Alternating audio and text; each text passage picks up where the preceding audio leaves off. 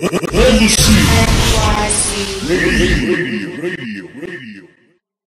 would like to welcome the one and only Fame Cohen to our show tonight. How are you doing? I'm doing well, thank you. Thank you for having me. Well, thank you for stopping by. As Myster said, just go ahead for the listeners and the viewers. Just go ahead, restate your name, and tell us, where you represent and where you're from. My name is Fame Cohen. I'm from New York City, but I represent everywhere. All right, that's what I like to hear. So I heard that there's two sides of you, though. There's Fame Cohen, the artist, and then there's Fame Cohen, the DJ. Yes, Do you feel like there's a huge difference between the two? There's a bit of a difference, yeah, because Fame Cohen, the DJ, is very modest and quiet, and I just DJ. Like, I'm just so deep in my work with that. And as an artist, I have to be a little more outgoing and more like out there, and I'm a lot louder, like with style. Oh. So as a DJ, I'm a lot more like, I'm just DJing. You're a little bit more expressive as an artist. A lot more expressive as an artist. I also read that you're also a songwriter. Yes, ma'am. So I'm assuming you write your own songs. I write all my own stuff. But I'm curious, would you ever be interested in writing for anyone else? Absolutely, that's what I do actually. I write pop R&B as well. Interesting. And I write actually a lot of different genres, like very top 40, and I usually work with melodists and they put it together and I do the lyrics. And I've actually been pushing that a lot as well on the side. Mm-hmm. And then my stuff, of course, I write for myself. Ms. Cohen, I wanted to ask you, so how long you been a DJ, and what type of style do you play? I actually haven't been DJing that long. I've been DJing for about 2 years now. Okay. And I play everything. I play Middle Eastern, I play house music, I play top 40, I play hip-hop, I play 90s, 80s. I spin everything. A lot of quite dance a nice selection. Yeah, but the thing is like, I keep it, my thing is like, I like to keep it the best of what I'm playing. So if I'm playing 90s, it's the best of the 90s. If I'm playing Middle Eastern, it's going to be the hits. I consistently play hits. And then what I also like to do with it is keep it where people are familiar with the music. I never like to go so far where people don't know what I'm playing and get bored. Okay. How long have you been an artist? Oh, I've been an artist for a while. I've been doing this for probably around 6 years. I've been grinding. I had a record out, I want to say 5 years ago with Sizzla Kalonji called Don't Let Go. So I had that record out, and then I had done a record with Jadakiss and Bounty Killer following that one, but we never released it actually because Bounty Killer had to put it on his album and he didn't release one. So, but Don't Let Go was probably my first radio record. So what made you gravitate towards being a DJ?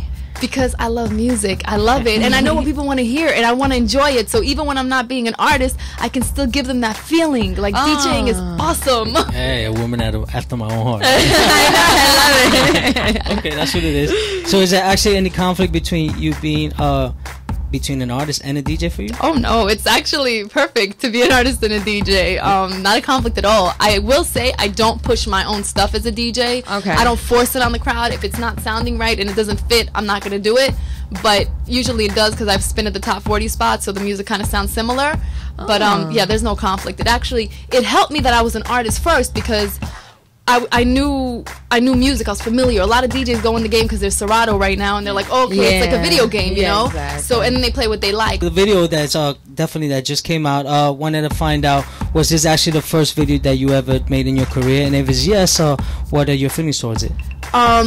Okay, I just did the video for Snap It, and that's the first, I want to say, real video I did because so it's official.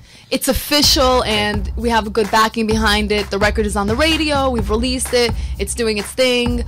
Now the internet is so big that you can, it feels more real. And I had everything from the stylist to the hairdresser, the makeup. Everything was good.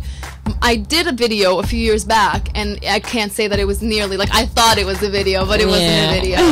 So I could consider this my first. We video. all gotta start somewhere. Are you currently signed now? And if so, where are you signed to? I'm signed to 32 Track Productions. Nice. Yeah, it's a really cool home for me. And I believe friend to the show Aridana is also signed there as well. Yeah, right? of course. So together. My label mate. A lot of good stuff coming from you guys. So what would you describe your, for those that haven't seen yet the video Snap It, how would you describe your sound?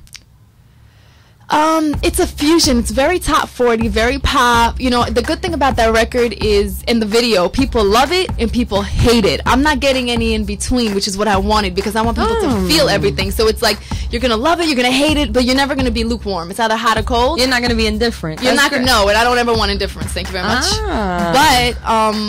But it is cool because what it does, see, I came up with this expression, snap it, but don't tag it. And I thought it was self-explanatory, like snap the picture, but don't tag me on Facebook because we're all tagging. And a lot of people don't want to be tagged. But people were like, what is Snap But Don't Tag It? So I decided to make the video like a film with a little storyboard so that people can understand what it is. And the idea behind the video is, you know, I tell my man, I Facebook, I'm tweeting, I'm like, oh, I'm so sick, I don't want to go out, I'm doing my makeup, I hit the club, and I'm doing my thing at the club, like whatever, ignoring his phone calls. I step out the club, and this dude is walking out the club too. So will there actually be a release for the album? Will there be an album, and what is the title? Yeah, there will be an album. We're playing with titles right now. I mean, my name is Fame, so there's so much to play with. Yeah. Like, we're trying to figure that out now. We haven't finished the whole album at all. We're like, I would say nearly halfway done, not even. But we're definitely working on it, and we're, you know, brainstorming on everything. But Snap It is, you know, the main thing for me right now. So how did you actually come up with the concept for the song? Oh, it's so funny. I was at a studio with a friend of mine, a co-writer, and somebody was like, oh, can I take a pic? And I was like, yeah, snap it, but don't tag it. Oh. And because I didn't want people to know that I was like in the studios like this, because I was like, it's not, you know what I mean? I don't like everybody in my business. Then they call me, oh, you work with this person, oh, you work with that person. And they think like, sometimes people think that, you know, you made it and you left them behind, and you're like, yo, I'm grinding like you're grinding. Like, this is the music industry, you know what I mean? It's you just got to keep on pushing. So I was like, don't tag it, because I didn't want everyone on Facebook to know what I was about. And we were like, yo, that's a record. Have you ever been caught up in any controversy, you know, prior over a tag photo, or anybody you know, like in some kind of like your video, like, oh, you know, your girl told your homegirls and you guys all went out for a ladies' night, but meanwhile, you know what I'm saying? Well, got caught up in something like that? Similar, yeah. Definitely. Like, I had a situation where I was actually crushing on this dude, and it was kind of the opposite, because my homegirl was crushing on this dude, I was crushing on this other dude, and we were like, you know what? We're like, why don't we just take all these pictures and make sure everybody tags them? But we brought mad girls that we didn't even know to our table, and we're like coming out like, because these dudes didn't go out with us that night. Yeah. So we like took all these pictures, and then we had these mad like girls around us, and the next day our phones were like blown up, like, what happened last night? You didn't hit us up, da da da. And we're best friends since childhood, and the guys knew each other, so we were like, this is great, we're gonna get them talking. So tagging, I mean, worked the opposite for me, actually. Do you actually plan to do any live performances or any showcase anytime as an artist? And what about as a DJ? Well, I'm constantly DJing. I actually geared away from it lately because I was in the studio a lot writing, but I always DJ. Like, I love DJing, so I do that all the time. I'm in that New York circuit. Oh, okay. So I do that. Yeah, I think I might be doing something Saturday night. But as a performer for artists and stuff, yeah, I have a bunch of stuff coming up, but not yet. Like, I'm pushing the video right now. That's the first thing I'm doing, and then we have a couple of things lined up afterwards. So maybe like summer or something like that? Yeah, definitely summer. How much would you say you DJ as far as the club circuit goes? Quite frequently, a couple times a month? I was DJing a lot. I was DJing every week in the city, like all the time. I was doing a lot of charity events, and I even got to open up for Questlove last year, which was really awesome. I opened up for him, and then we spun together. That was really good. Then I slowed down when I started to go into studio mode. So I was like, hold on, I need to separate, because what's happening is I would never cancel a gig. So I'm in the studio and I don't want to feel like I have to jet out. So I was like, you know what, sometimes sometimes you work from like 12 in the afternoon to 5 in the morning. What do you feel that inspires you the most being in the studio? Everything. When you're recording your music? Everything inspires me. Recording my music is more of a discipline, so I'm not so much inspired to record, because that's just, I'm doing my job like it's a discipline. Like, I have to know how, I have to digest the record, know how I want to deliver it, and give it to the people and whatever. But writing is everything. Writing, I pick up the phone, I get a text, it's everything. I'm like, oh, that was the best thing. Quote books, like, you know, everything, statuses. I'm just constantly being stimulated by everything. No, well, I mean, that's a good look, because I'll be honest with you, I'm quite surprised that nobody came up with the same type of song already, like a Snap It, Don't Tag It song. Like, it's honestly really surprising to me, and you know, it's the truth is it's a big deal. Like, people will be pissed off if you tag them, or like you said, you might have gotten the opportunity to go somewhere that maybe you weren't in a position to bring people with. Then there's a couple pictures of you at that place, and they're like, oh man, you couldn't ask me to go, you couldn't bring nobody, you know, I like to hear this person, listen to this person, drink this, eat this, and you know, it's quite creative. Well, I'll tell you a secret. I had that concept in mind for a year, And I was holding on to it, and I was like, I need the right beat, and then me and creativity were zoning, and I went out to LA knowing I wanted to do this record. I was like, listen, I got this record, and this is, when I signed a deal with him, I knew I had to do this record with him.